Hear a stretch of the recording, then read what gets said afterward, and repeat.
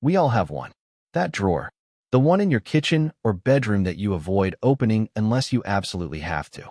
Inside is a tangled nest of cables you are emotionally unable to throw away. Wide flat ones from an ancient printer. A chunky square cable from a digital camera that last saw daylight in 2011. 5 phone chargers that all look almost right, but never quite fit. For more than 20 years, connecting our gadgets was chaos. A confusing, frustrating mess of plastic spaghetti. And then, almost without warning, everything changed.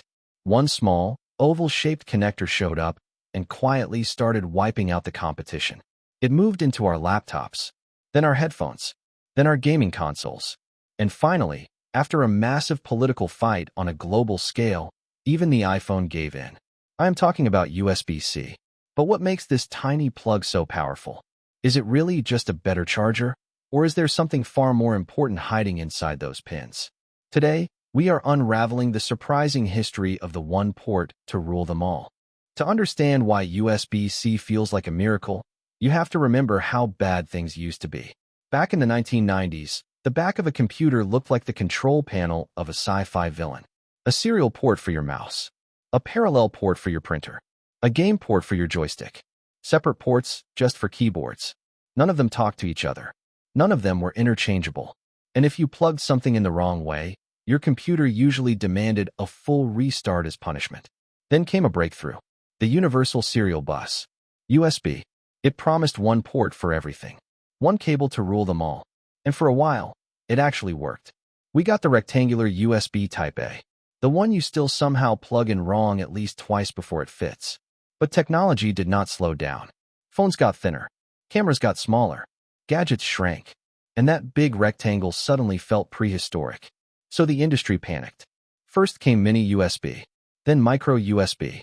Printers stuck with the square Type B. External hard drives used a strange double-headed monster called micro B. By 2013, the dream of a universal cable was dead again. We were drowning in cables. Different shapes. Different speeds. Different purposes. The drawer of doom was inevitable. The biggest tech companies knew something had to change. Apple, Intel, Microsoft, HP. They went back to the drawing board to design something permanent.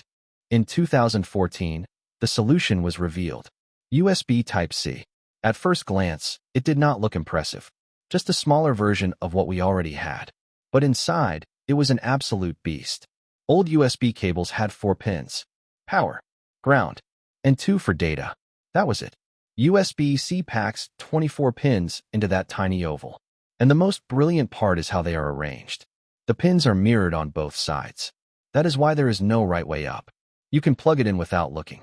The cable instantly detects its orientation and reroutes the electricity electronically. But those extra pins were not just about convenience. They unlocked a superpower called alternate mode.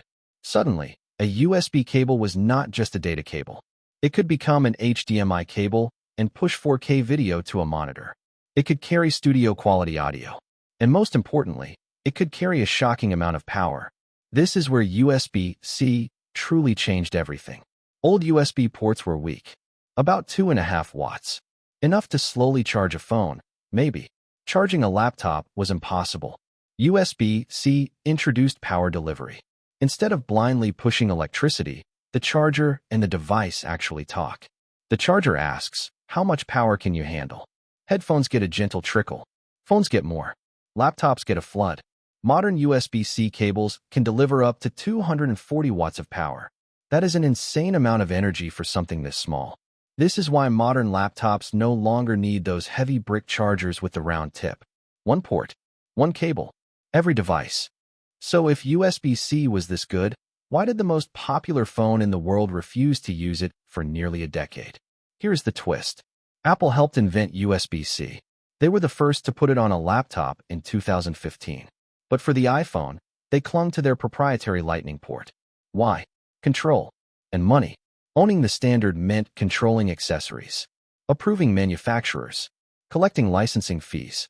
But the European Union had a different concern. E-waste.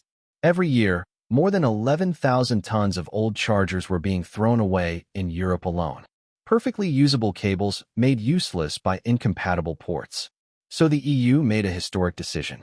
By the end of 2024, all portable electronics sold in Europe had to use USB-C. It was checkmate. Apple could not afford to abandon the European market.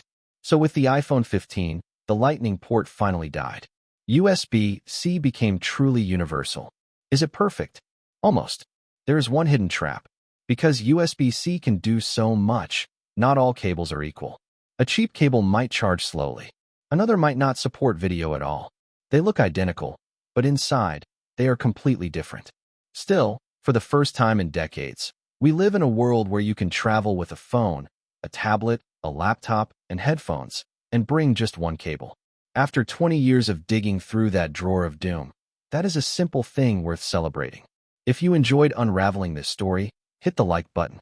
It really helps the channel. And tell me in the comments, what is the oldest or weirdest cable you still have buried in your junk drawer? Thanks for watching.